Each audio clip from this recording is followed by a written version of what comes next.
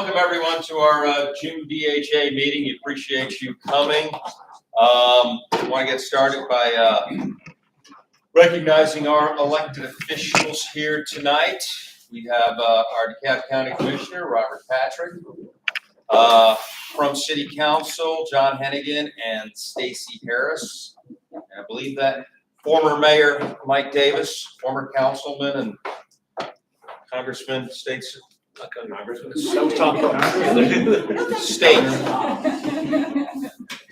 representative, excuse me. Now I'm not even going to mention it. Tom Taylor. We have a motion to approve the May minutes that were sent out electronically. A second? Second. Approved. Second. All those in favor, please raise your hand. Say aye. Aye. Aye. Fantastic. Okay. Before we get to Michael Smith, who's going to talk about multi-use trails, Robert has to head out, but before he heads out, he wanted to give us an update on sanitation. Hey everybody, as you know, I'm Commissioner Robert Patrick.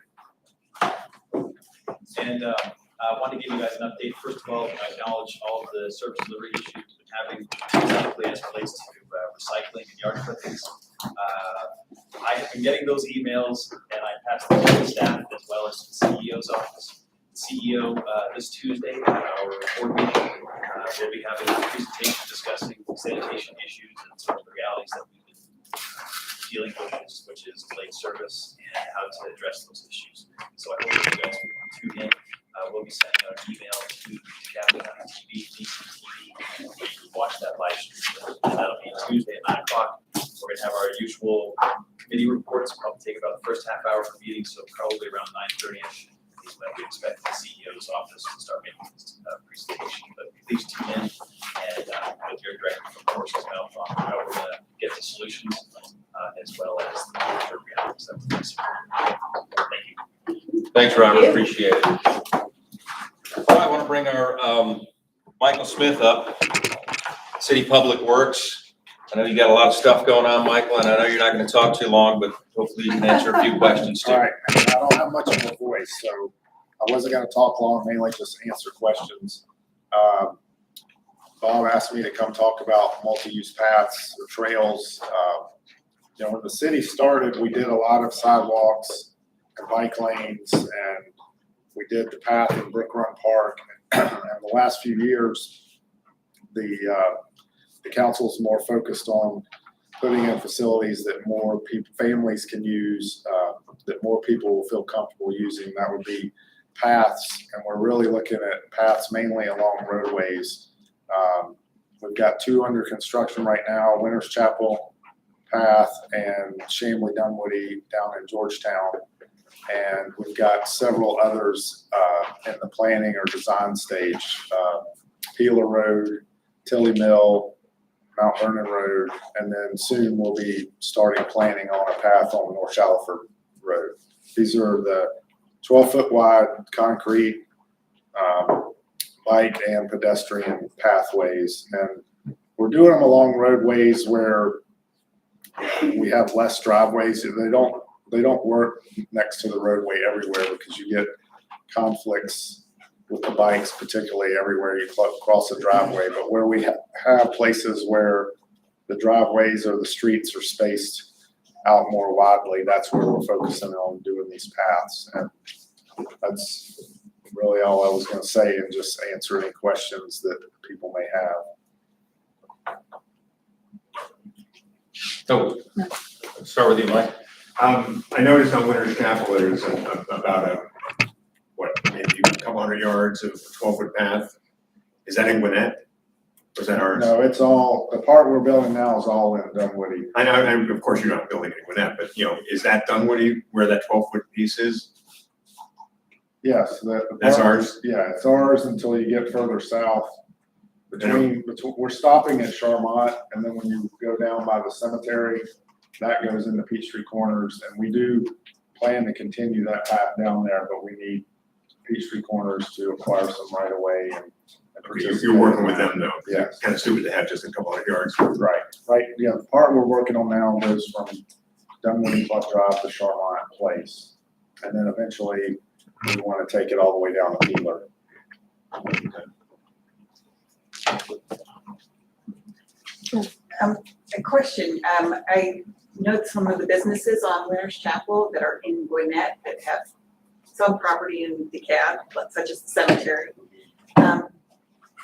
They were communicated with by Peachtree Corners and that there was some sort of agreement with Dunwoody. Is there?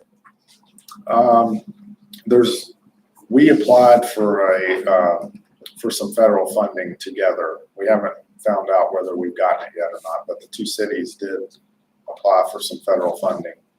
And like I said, the parts of the right of way that are in Peachtree Corners, they would need to acquire any right of way that would be needed. And there's no formal agreement at this point because we haven't really started the project, but the idea would be that Peachtree Corners would pay for the part in Peachtree Corners and Dunwoody would pay for the part in Dunwoody for the construction. And also the trees on Peeler, they've had bands put around them behind 4 Oaks. Like it's gonna be imminent that those trees are taken down. Is that, we didn't expect the Winners Chapel to happen so fast. And we were told it was in the early planning stages for Peeler, but yet we're already seeing trees being marked for being taken down. Those were probably marked when they did the survey out there. We still haven't finished the design. We're working on the design now. So, it's not gonna go to construction this year, but there will be, that piece along 4 Oaks is all within the city right away, but there will be some trees that have to be removed through there to put the path in.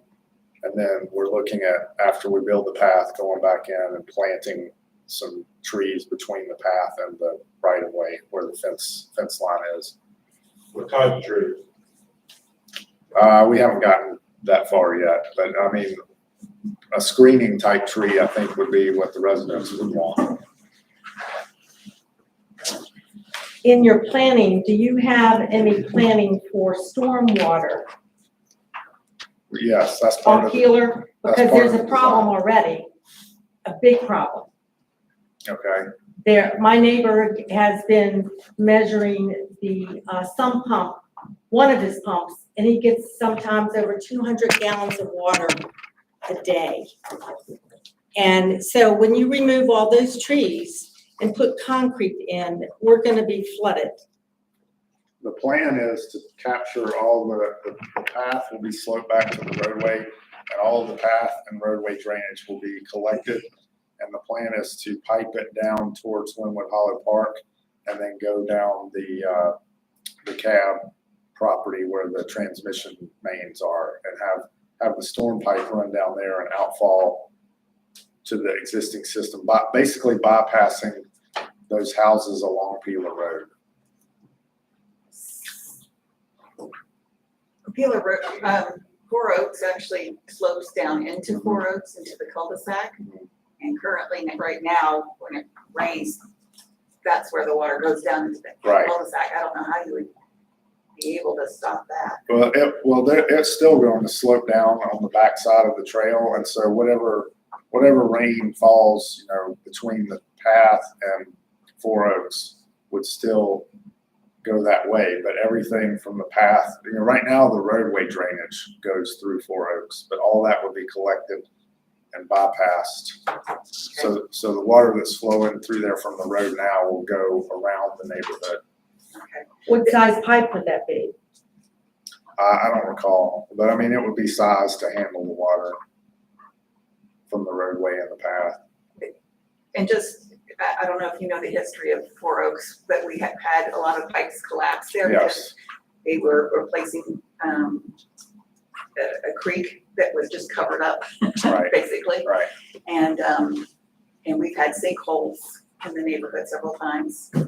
I mean, big sinkholes. I know we've replaced just about all the pipes in that neighborhood over the last 10 years. Maybe not all of them, but we've done probably as many in that neighborhood as any neighborhood.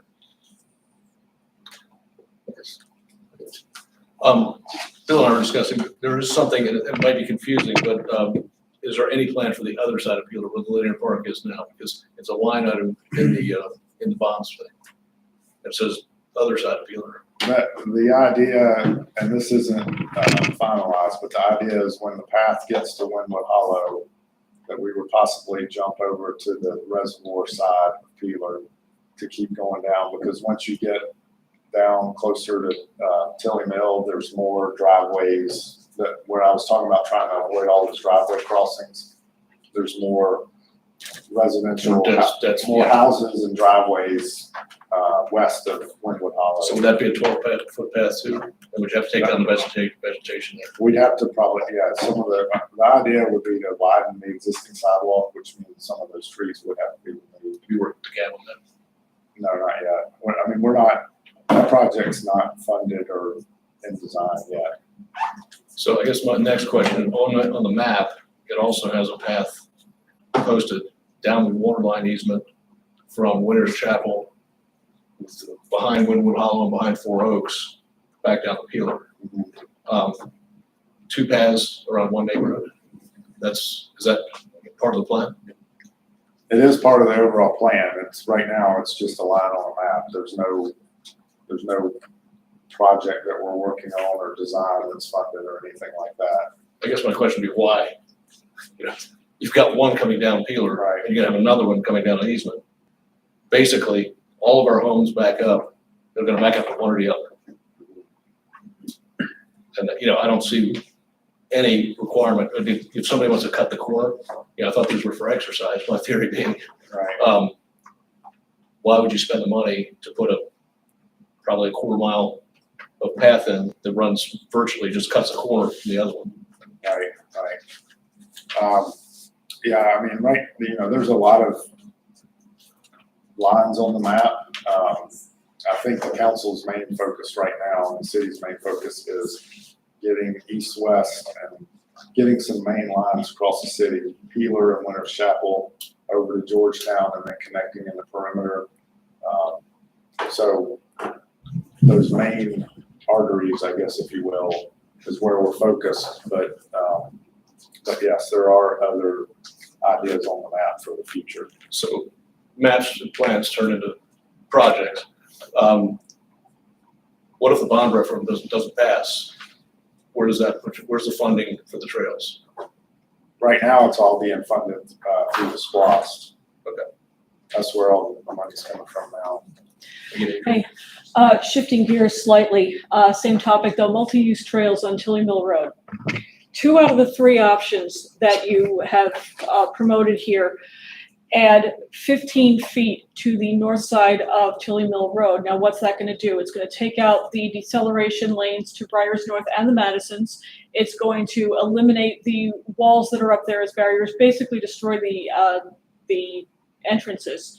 And it's gonna put within less than 5 feet of people's houses. Now, I'll grant you there may not be as many driveways there, but how is it okay to consider putting 15 feet of buffer and walkable space right next to somebody's house? Because those ones at the entrance are probably 20 feet set, I mean, they're not that That's far right. set back off the road. That's right. Now, that project on that, I think you're talking about the south end of Tilly Mill, because we've also got one at the north end. But Yeah. there's several options that are under consideration there. One is just a sidewalk, another is bike lanes and sidewalk, and another is a path. And I know there's 3 options. 2 of them put that pathway within a few feet of somebody's house. Why is that under serious consideration? Would our city council people like to address that? They haven't seen it yet, but it will be going to them. But I mean, this is all part of the concept development. We put it out for public comment, and then the public weighs in on which options they like, and then we take it to city council and decide, where to go from there. So nothing's been decided yet. Might I respectfully suggest more viable options that are not so close to somebody's house? You might get more positive feedback that way. Just a suggestion. I don't know if you filled out any of the online survey or I have. comments. Okay, well then we'll take a look at that. If you're considering going on the reservoir side for part of the Peeler Road walkway, bikeway, why wouldn't you put the entire put it all of it on that side. Right. I think when you get down the Peeler, it gets, there's several driveways there, and then there's that retaining wall at Winter Chapel and Peeler. It's on the side that we're doing now, there's most areas, there's plenty of right of way. It's pretty flat, and there's not a lot of crossings, and it connects the park to where the path will be coming down Winter's Chapel on that same side of the road. Have you walked that Peeler Road area behind the Four Oaks subdivision? I know there's some places there where it kind of drops off, but a lot of that, down through there is relatively flat. But there are places we'll have to put in a wall or. If you stand behind my house at the fence, you're looking over my fence. It's a 10-foot fence, and it goes down very deep. And it's gonna be like having people walking in my backyard. There's about 10 houses that will be totally exposed and will be feet from a pool and basically, whoever's walking down this path will have a clear view into the backside of. all Right of into these your back houses. windows. I looked at the plan online, the plan for that behind Four Oaks, and basically it looked like the area that showed which trees were taken down was all of them. So I think there were one or two that were just outside there. So basically there will be, what made that neighborhood attractive will be taken away. So it is concerning, especially since the path across the street is right there and it is utilized, but it's never really crowded. It's shaded too. And it's shaded too. And that's what, I think a lot of people prefer walking on a shaded path over a big, wide, open path. Okay, two questions. One is, when you cross by Windwood Hollow at Lakeside there, how do people get across the road safely? Because right now we have people coming down there 80, 90, 100 miles an hour. We'd have to do some kind of enhanced crossing there. It wouldn't just be a crosswalk, just with a couple of signs. We'd have to do something more. Because that's a heavily trafficked road, and we had a wreck a few weeks ago where the guy was doing about 100. Went right through the veterinarian's office because he never was curved. That's that kind of, I'm just wondering if, the other one is there any thought given to, we had a tornado come right through there in 1998. We lost a lot of the old growth trees, particularly around there. Why are we losing that? I mean, that's, I guess, you're taking what we have left after 98. Well, to put the path in, because it has to have a buffer from the roadway, so then because it slopes off, it's just, you can't get it in without having to remove some trees. And that's why I say we would look at going back in and planting trees after the project to reestablish that buffer. And I know it, What's the standard for the tree to put back?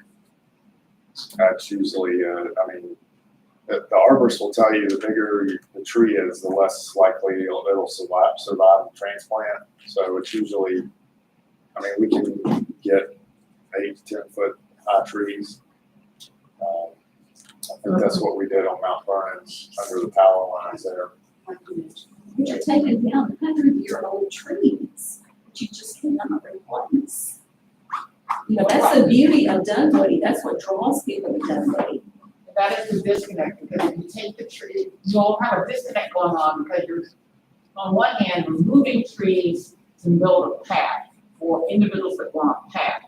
And then you, on the other hand, with the other side of the fork tongue, you've got city council members that spent probably 20 minutes at the last city council meeting talking about tree Dunwoody, and all this chatter about Dunwoody. If you take one away, you put one back. But anybody with any reasonable sense knows that if you take away and put a 8-foot tree back in, it's going to take 10, 20 years for that tree to grow and do its thing.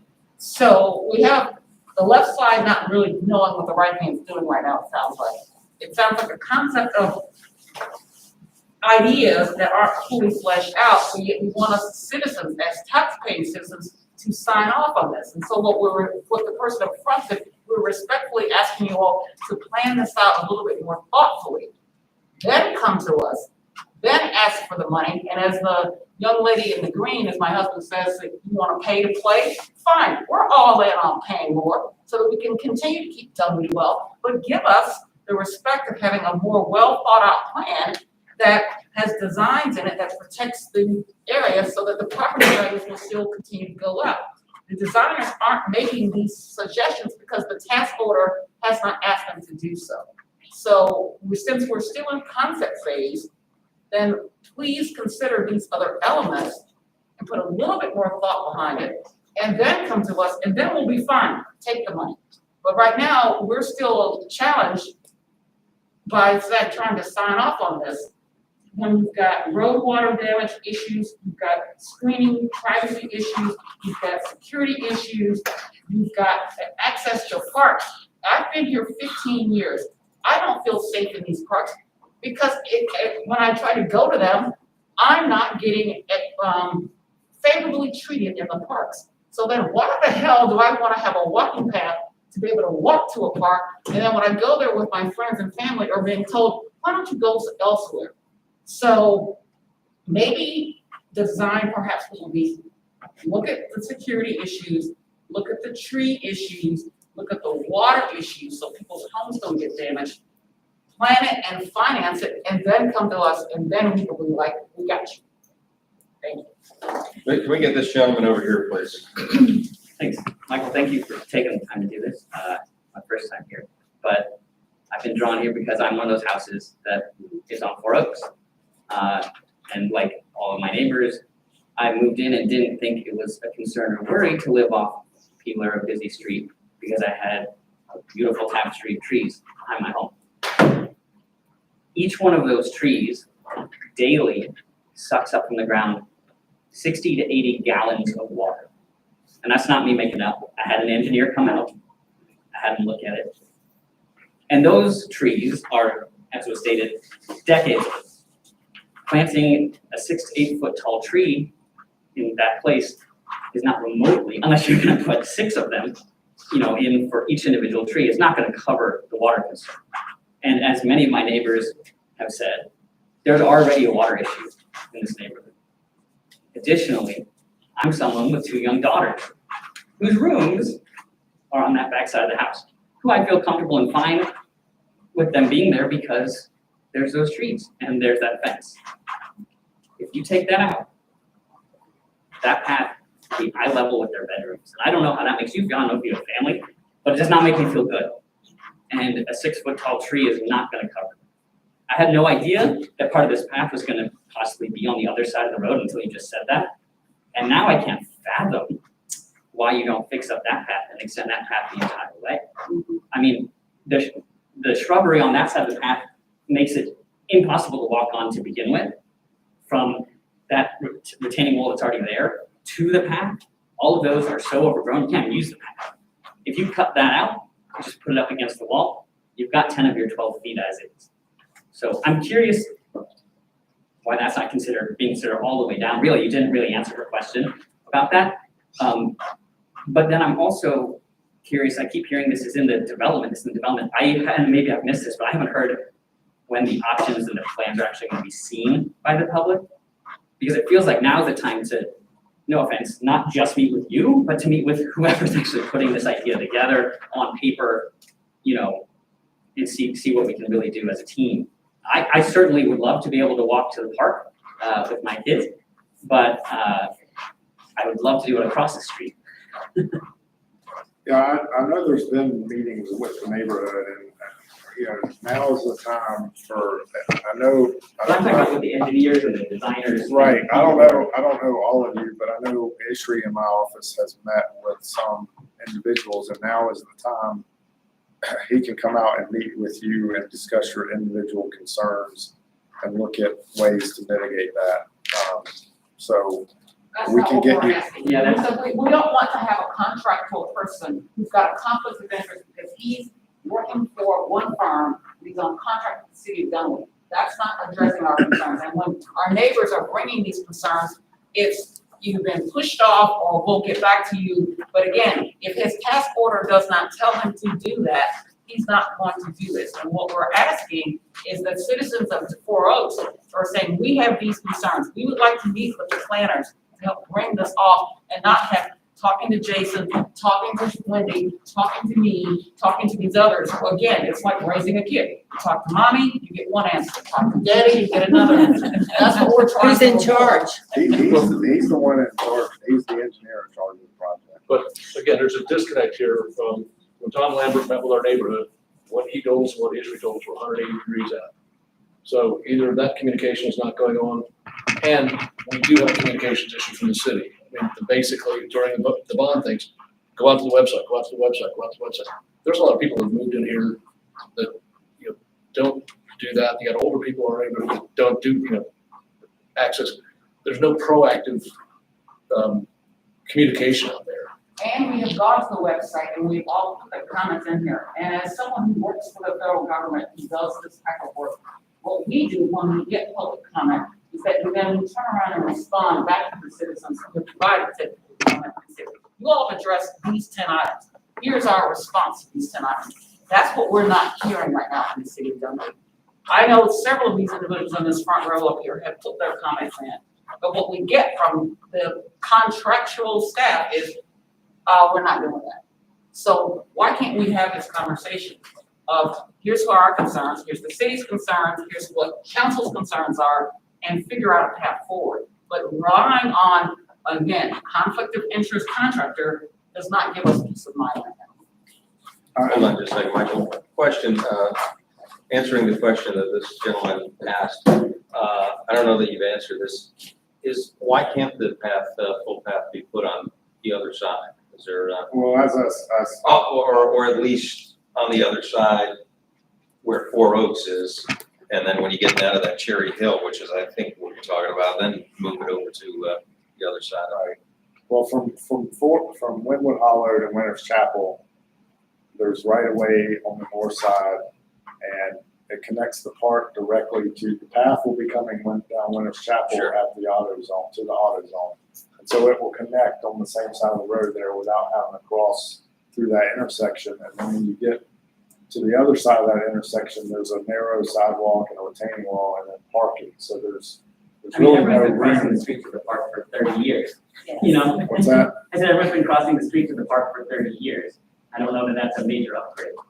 Right, but if you put it on the other side, you would have to cross Peeler at Winter's Chapel, go down and then cross back to get to the park. And there's more there's commercial driveways and driveways on that side. There's on the Four Oaks side, there's really, I think, two driveways and 2 streets in that whole stretch. And so, each one of those crossings is a safety concern.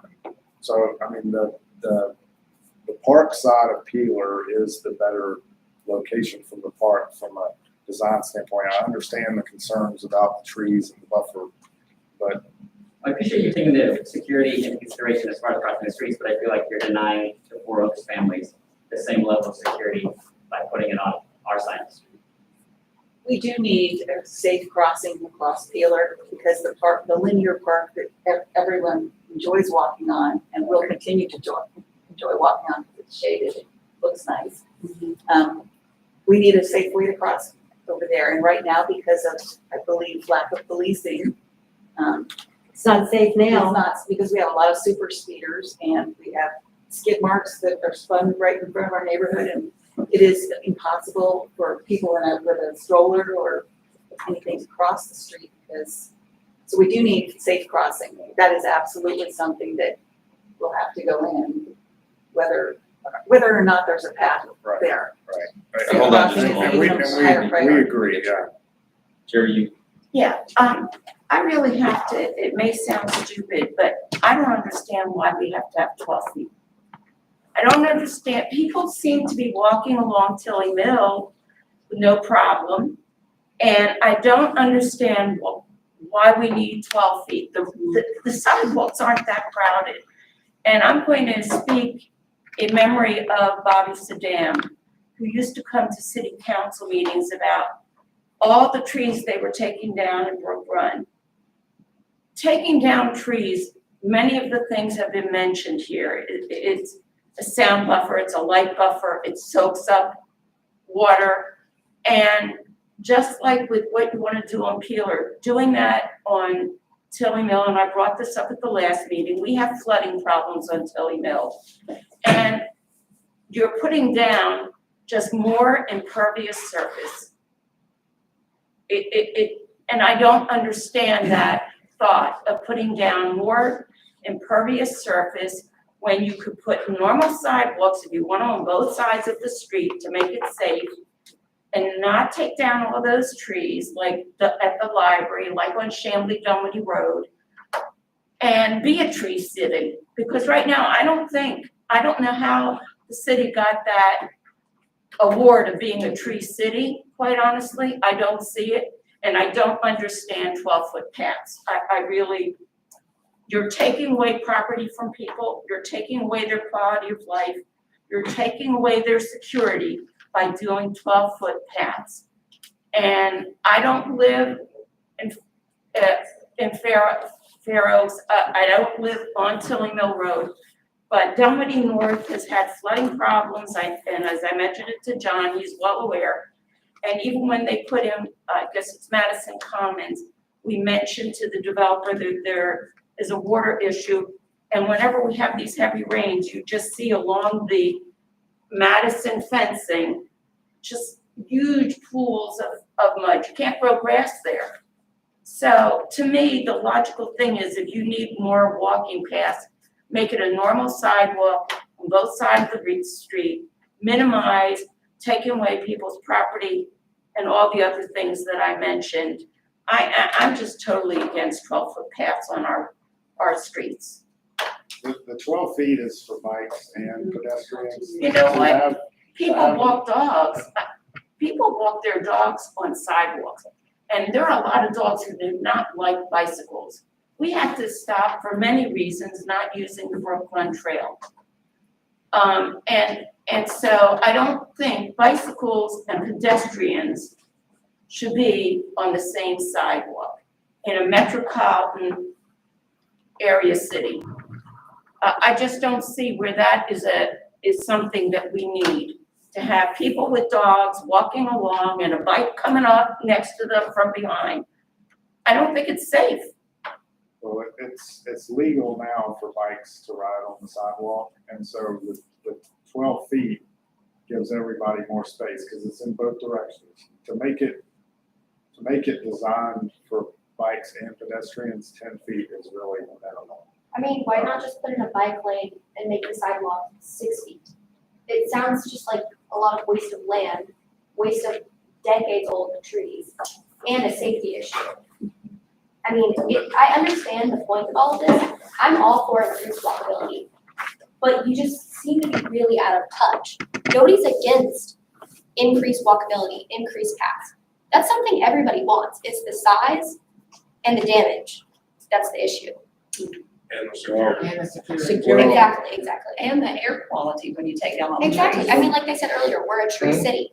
I mean, I'm here and I'm 20 because I think this is ridiculous. I mean, I'm here in place of my dad as well, but. So the bike See lanes if anybody knew. really don't save any more space than doing the path, maybe a couple of feet.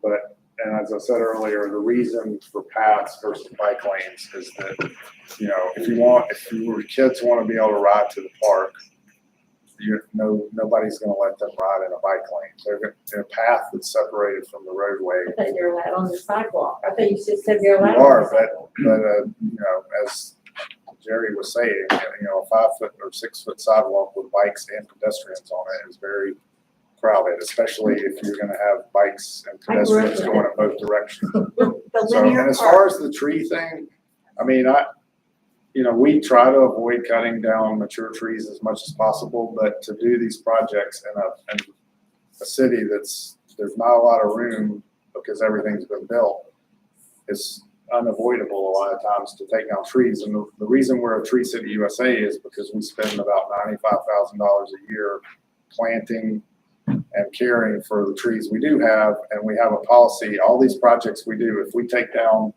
you know, 300 trees on Peeler Road, then the the city's policy is that there will be 300 trees planted. Now, they may not be in the same location because you have to put them where they'll fit, but I mean, we've planted hundreds of trees in Brook Run and other areas But in the it's city. not one for one, and you know that. Well, yeah, you can't replace a mature tree with a new tree, but eventually they grow. I mean, you know, Yeah, mature trees, Yeah. mature trees die too. Mature trees die too. I mean, every year we take out probably close to 100 trees that have just died or fallen. So you're always having to try to replace the trees. They don't last forever. I have a couple of things to say about trees. Number one, if you cut the trees down behind my house, is that gonna kill the trees in my yard? Who's gonna replace those? The other thing is, I was told that they don't have the money in the budget to trim the trees that we already have by the people that were working on it. And now we already have money to be able to go and build a path when we can't even do the storm water problems that we have. And then the other thing is, why do we start a project that's not approved yet and we already laid cement somewhere? I don't understand. Winter's Chapel's a different project than Peeler. They all will eventually connect, but Winter's Chapel. Oh, you mean you just put it out there and if you don't do this one, just have a piece of Well, cement in the it middle of goes nowhere? Several thousand. I mean, it goes from one neighborhood up to Dunwoody Club. So, I mean, you know, it's just like sidewalks. You've got to build them and eventually they all connect. Considering the objections that you have by people who live there and many others, is there a procedure to take this back in front of city council to address these issues and let city council vote on what the community really deserves for this area? Yeah, this project still has to go to city council because we went ahead and did a little additional design work to try to address or have answers to some of the questions. Do we we're have a getting. date when that will be in front of city council, so some of us can be present and comment in front of city council? It's probably going to be in July, one of the July meetings. Okay. Are we gonna have access to those plans before that meeting? Yeah, as I said, any of you that want to have a meeting with our engineer, he will come out and meet with you at your, I know he's already met with several people. He will Yes. come and We meet don't with want you. that, we want to see the plans and then be able to comment. He will have the plans. It's not. But they're not publicly being put anywhere.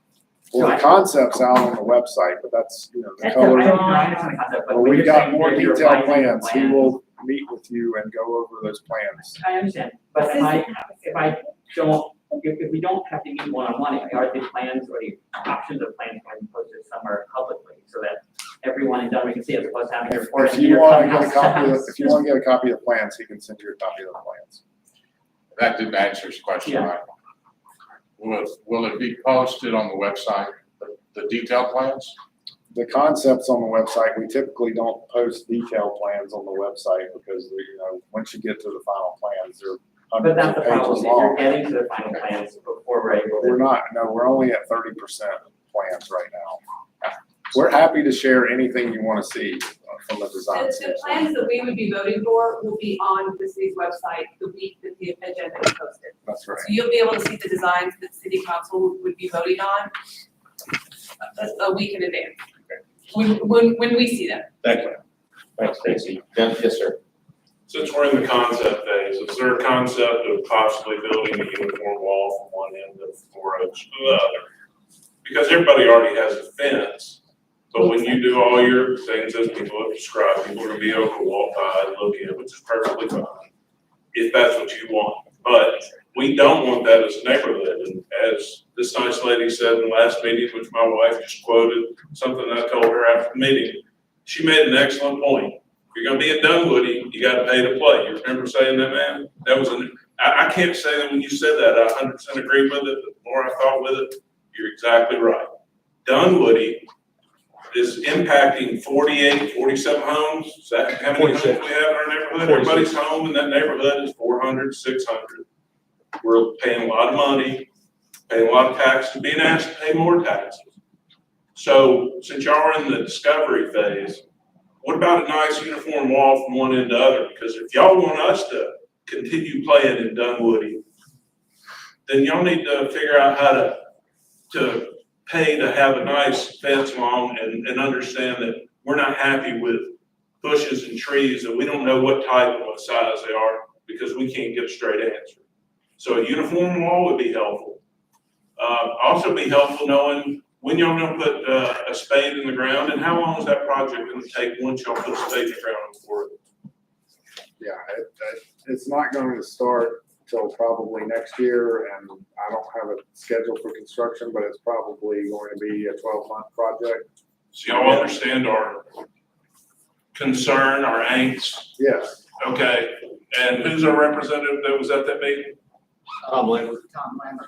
Has he passed on any of this concern to you? Is this the first time you've heard this? No, he's been in regular conversation. Like I said, we've met with some of the people that live out there along that stretch. And Ishri likes to say no, and he can say no with a smile. He's real good at it. You can tell he's not an active taxpayer in Dunwoody. Okay, you can tell that he's a contracted hand, and he's really good at it. And as far as the bean counter goes, you got you a really good dude there. But as far as somebody that comes in and holds the hand of people that are about to be impacted, that are paying the taxes, that are helping funding all this, let's just say his bedside manner sucks. Excuse my French. So we're not happy with him. So instead of shoveling a lackey in our direction that really doesn't have much to do other than let's get this project done so I can go do something else, because he's not gonna be part of Dunwoody after this is all So finished. that his firm can continue to get paid. Why don't y'all send somebody that's got some real weight and that can answer a question when it's asked of them, as opposed to sending somebody on a different level? That'd be helpful. We have a little bit more trust and a little bit more empathy for what y'all got going on. I think that we're just a little bit afraid because we saw what what's happening on Winter's Chapel. And we know what the before and after looks like there, and we are like afraid that that's coming fast without our permission and without our input. Because we don't believe that they had the input or the heads up. And we know that according to the Dunwoody website, city website, we know that that decision was made to go ahead with that path based on a construction or the contractor's suggestion to move it up. And we see that there was a nice stone wall built, and now it's being buried. So we know that there was a change there that didn't involve the people that live on that street or us who live near it. So we were a little bit concerned that it's going ahead without all the thought that should go into it from the people that supposedly it's being built for, who might not even want it. John, you had something to say? Yeah, thank you. First, John Hennigan, City Council, Stacy Harris, will hear this. The city is going forward with plans, more detailed plans, so that we all can see what they have to say. Your suggestion was a very good one, since the walls, the blockage, the security. We're listening, trying to understand what's happening and what's the best way to do it. Michael, if that was a possibility to put that wall, to do a fill, to do whatever, I know you're trying to work within the right of way, but if there's property values or properties that we need to impact to make that screening, to plant those trees, to put up the wall, we can look at those options. Nothing's come to city council yet, so we're gonna ask lots of questions when it does, and we're gonna be really mimicking the questions you're hearing here. So I just wanna let you know we're listening. So I've heard from Tom Lambert. I know he met with your community, and I've been at the last meeting of the Homeowners Association, this meeting. We're listening. I have as much information as you do at this point. At some point, they're gonna give me hard plans, they're gonna give you hard plans, and then we're gonna have a discussion.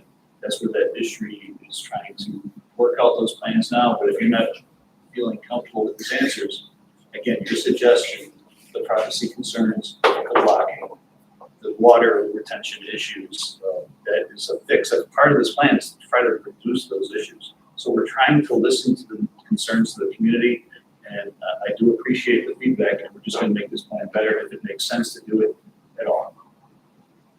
So I'm hoping you're hearing that. No, I appreciate you addressing it, and quite honestly, I'm in support of it. But I'm not in support of a half-assed job. I understand. And based on the feedback that we've been getting, and the no's that we've been getting, it leads us to believe that we're headed down that pathway. That's what it's doing. We're concerned because, the issue he works is a conflicted individual. He works for a firm and other firms on contract with the city of Dunwoody. That's a conflict of interest in itself. But we'll put that to the side. Then you have an individual saying, I'm here to get feedback, but the answer is always no. Then you have a representative that comes to us to meet with us from the city council that, again, is not fully informed. And again, it becomes a left-hand, right-hand, mommy, daddy scenario. Then we, as the residents, come to these town hall components, present our feedback, and then still get told no. So now we're here and forced to say, we're still talking to you again. We really want our feedback considered. And if there's a plus and a minus, then let's come through it. But right now, what we have been getting so far is no, hell no. We'll talk to you later. We'll get back to you. We're playing in within your sandbox. We're putting things on the website. We're coming to the meetings. We're paying the taxes. We're willing to pay more taxes. But you're not giving us that back and forth feedback that we put you in office to do. That's why we're asking for a more visible, transparent. I can't give you that feedback until I get the hard plan. Sure. So we're in the listening phase right now, so pretty soon, once those hard plans come out, we'll be talking again. So again, I do appreciate the feedback. That's what it all comes to at this point. Have the neighbors, have you guys been to city council meetings and made public comments? What was the one that we had at the, swimming pool? That's the bond. Okay. That's the bond. So no, that would be no. Okay, well, when is it, you said this is probably going up on July? Yeah, it would be nice, because this is summertime, people are away on vacation, it would be nice to know when these meetings are ahead of time, so you can plan. But you know, you guys, and Stacy and John, correct me if I'm wrong, you can make public comment on any issue that you want. So any meeting that you go to, it is appropriate. Make your comment. You can email us at any time if you don't want to come for public comment. If any of you want to provide your contact information, I'm passing around a sheet. We'll make sure any of you that want to be contacted by Public Works, and you can put your name and contact on that list. John, you had something? Yeah, I don't want to stop this conversation, but there's a couple topics that I know are important to the community as a whole that I think Mr. Smith would love to answer. One is that we're seeing a lot of pedestrian crosswalk issues, and that we have those yellow flashing lights. There's a system called the Hawk system, which actually push the button and a red light comes. Michael, how do we get those in the city of Dunwoody at all the important crosswalks where we want to cross major intersections? Is there any way we can get those legally? How does that work? We put one in on Hammond near the MARTA station, but the way the regulations for those is you have to have a certain number of pedestrians crossing per hour to qualify for a Hawk signal. And I'd say, I mean, we probably have a couple in the city that would maybe qualify, but most of our crossings have a low number of pedestrians. So it's the chicken or the egg. So right now we don't have enough pedestrians because it's not safe enough, so we can't put it in the red light.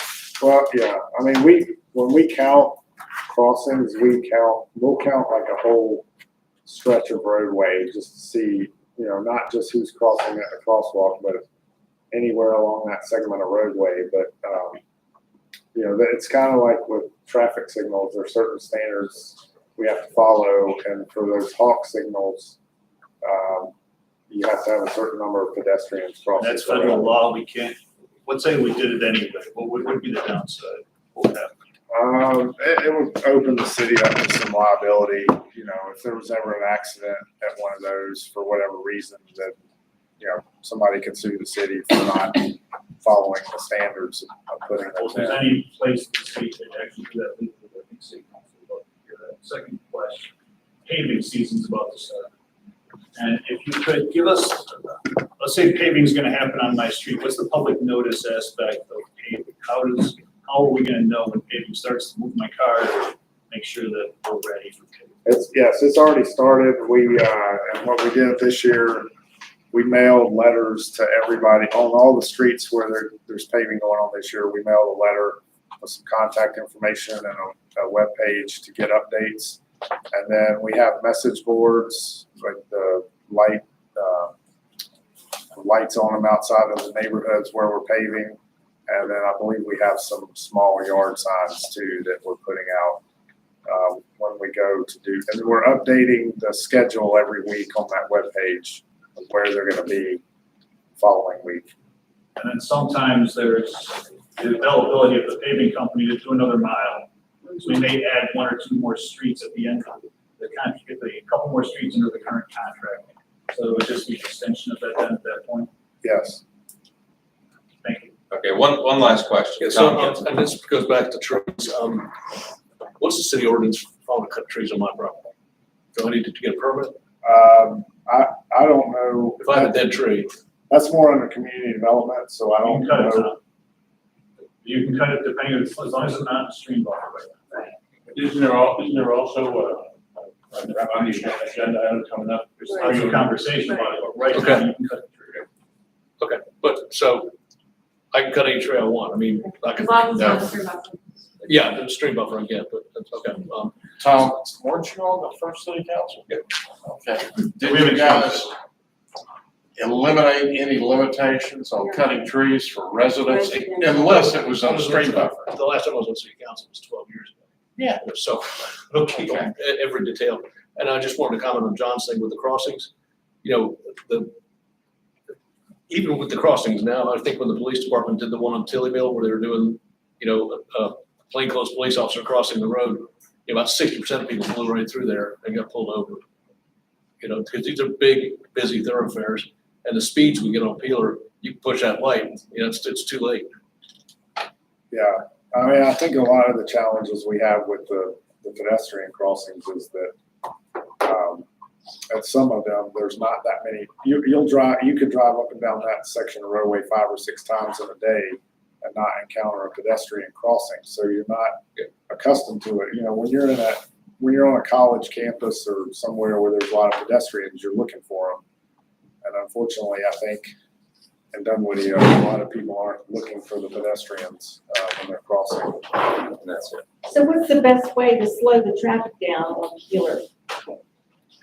We're looking at that as part of when we do that crossing that we're talking about. We're looking at possibly a refuge island that kind of narrows the roadway visually. We're trying to do like the one on Womack by Dunwoody Elementary School, where you have kind of an island in the middle of the road. We're looking at things like that. It's like a speedway. You should hear it at night. I know the police have been out there, you know, I know they're do enforcement when they can, but I know they're aware that it's an issue. All right, well, Michael, I really appreciate you coming tonight. Thank you very much, and hopefully. All right, Thank you. thank you. Thank you. Thanks, Michael.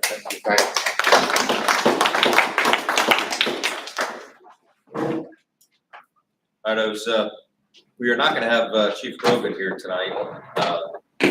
Talk about that at a later date, but I did wanna, we're gonna add one agenda item at the end, but Matt, I want you to talk about the parade just a bit. Fill us in where we are, and I know contributions are up right now. Yeah. Or sponsorships, I should say. Higher than before, so that's always good. Here, nobody else cares, I don't think, on the camera, but we do have some cool stuff. The Falcons are gonna be part of it. They gave a big donation, actually, for sponsorship. So hopefully they'll bring some cool people out. The Idaho Potato Truck is gonna be here, and we've got a bunch of good sponsors this year that are really gonna help out. And then 116th band, and it's pretty much very similar to last year. There's gonna be an earlier turn in to the village.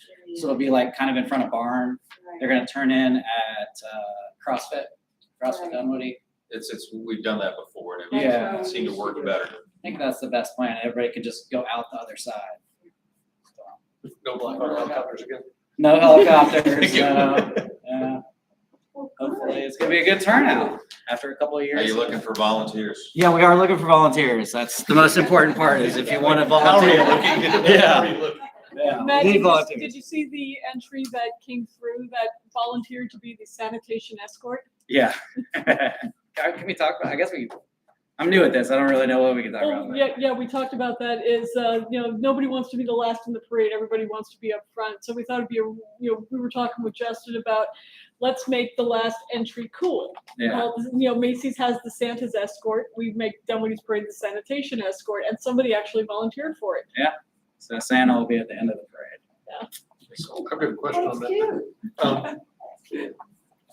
Election year, and what are the rules for politicians? Because we have had that, I don't mind being, I've been in the parade before, but do they have 4 walkers or do they have 100? Yeah, well, I was talking to Patrick about that. We actually don't have that many politicians that have registered. It's very Not yet. surprising, which is Not yet. When they kind of find- fine with me, but I mean, Maybe we finally raised it up expensive enough to where it's Yeah. discouraging them. well, it was like $150. It's not a whole lot. But I do mean, we, they have the money. but do we, is that gonna be enforced? Because, It's been so far. This happened, we made this change on my watch. Yeah. What we did was, it had been some time since there had been mobs of people down the street. We lifted the restriction on the number of walkers going with it. We also instituted a fee to make sure that any political institution is going to have some skin in the game. And to date, we've had everybody celebrating their First Amendment rights and getting their point across without getting out of hand. So far it's been working. Yeah. What's happened is, like, the Democrats, every Democrat would be on there. The Republicans, everybody would be on there. And that's not really what we want, Yeah. So, if there's any questions? Just We're moving right along. It'll be fun. Thanks, man. All right, the last thing I want to bring up tonight, and we got John and Stacy here, maybe they want to make a comment, but someone brought this to my attention, and I was driving by on Peachford Road, and there is a big yellow notice of public hearing sign that says the mayor and city council of Dunwoody will consider a resolution to authorize the power of eminent domain to acquire the property that is owned by First Baptist of Atlanta just across the street on Peachford from First Baptist, which is 4.8 acres. This was brought to my attention tonight, and I listened to the pastor of First Atlanta Baptist say that it was 4.8 acres, and I guess the city has offered First Atlanta $350,000 for the property. They say they have no interest in selling. They say that they were offered as much as $4.8 million for the property. Don't have any details yet. That is slated to be on the city's agenda on June 13th. John, Stacy, anything that you want to say? I will say that the city council and city staff has known for a while that there are needs in the community that aren't being met. And we have Brook Run Park that is locked in place in the sense of green space. There's a certain percentage of green space that has to be kept at Brook Run Park. So that's not as developable as some people think it should be. And we looked at topography of the city and saw a parking lot that hasn't been used in 5 years plus. Easter Sunday was not used. We saw it as an opportunity to possibly put girls' softball fields on that field, and that would alleviate or put a active recreation in an active recreation area of the city. There could be a path into Punk Shaw. There could be a tie back into the other aspects of the community. And we were looking just to possibly put that amenity there. It's in a floodplain. City staff got an appraisal, and I believe there were negotiations for attempting to purchase the property. And at that point, there was a notice of eminent domain possibility, and the city's going to talk about it on the 13th. I think that's about as much as I can say. There wouldn't be a vote on the 13th, though.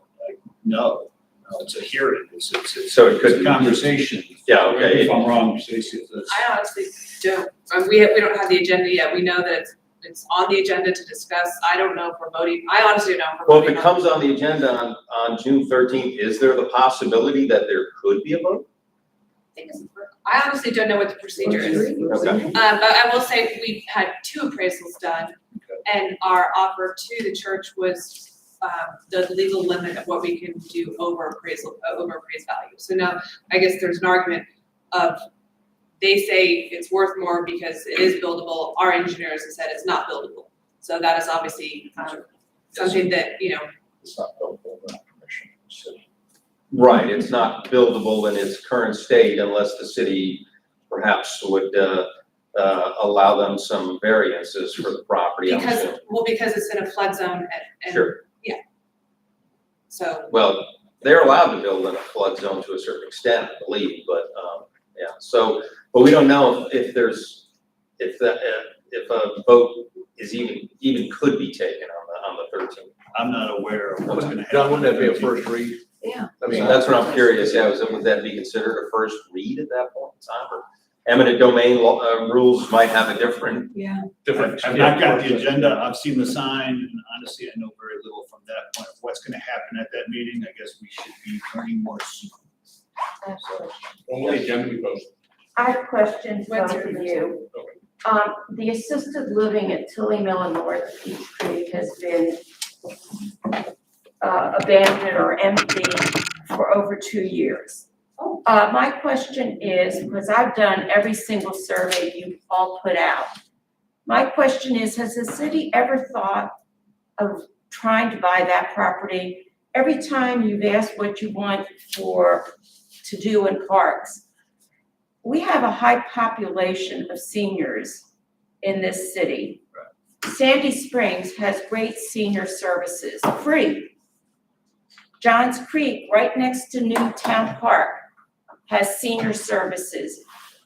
Just planting a seed that perhaps the city might want to approach the owners of that property. Because the longer it sits there, it's gonna obviously deteriorate. And see if there was a way that maybe the city could use that for senior programming.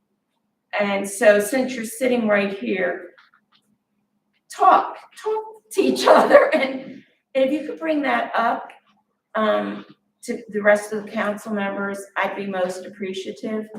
I just think we're lacking in that, and we do have a high population of seniors. Thank you. You're welcome. Thank you. I've got nothing else. Anything else that we need to, Tom? I'm gonna ask the chief to come back Yeah, we'll talk to next meeting. Yeah, that's conservative. Okay, we'll see if we can get the chief. All right, well, I don't think we have any private board only session, so thanks everyone for coming. Appreciate it. We're good. This meeting's adjourned. Got to bed on time.